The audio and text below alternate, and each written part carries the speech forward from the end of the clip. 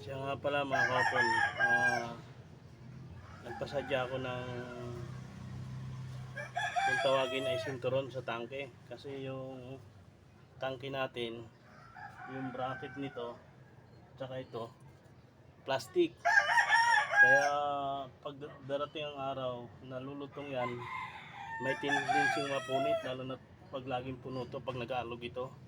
Kaya ito, ilalagay ko ito rito, dito, para nakatornilyo sa baba, nakatornilyo rin dito sa taas.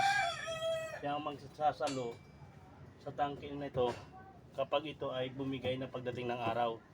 So bakit pa natin hihintayin ng panahon na yon?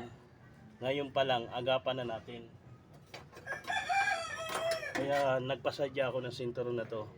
Kaya sa mga kasamahan kong may TBS, gawin nyo to mga kautol, dahil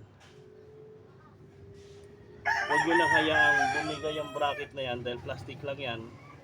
At pag napunit yan, problema kayo pagdating ng araw. Kaya hanggat di pa bumibigay yan, agapan nyo na, lagyan nyo na ng sinturon. Mamaya na mga kautol, maya lang papakita ko sa inyo kung paano ko ito ikakabit. Kakabit ito, ganun kunti lang naman to, itutornilyo ko lang naman to sa mga tornilyo nya at dito. Bali ang mangyayari nito ay parang sinturon siya. Gaya ng pinakita ko kanina, gagawin natin ganito ulit. Ganyan yan siya, oh, ganyan oh. Yan oh. Kita niya mga kautol, ito na siya oh. Papakita ko sa inyo mamaya pag nakabit ko na. Ayan na mga kautol, kinabit ko na.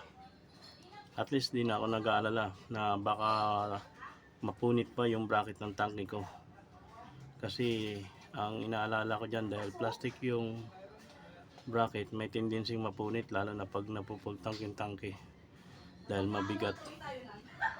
Kaya ito, nakakabit ko na yung pinasadya kong sinturon. Para sa mga kasama kong may TBS King na 200cc na mga plastic ang tangke, agapan nyo na, pagawa nyo na ng sinturon yung tangke. Kasi may tendency bumigay ang mga bracket ng tangke dahil plastic lang po ito. Salamat po.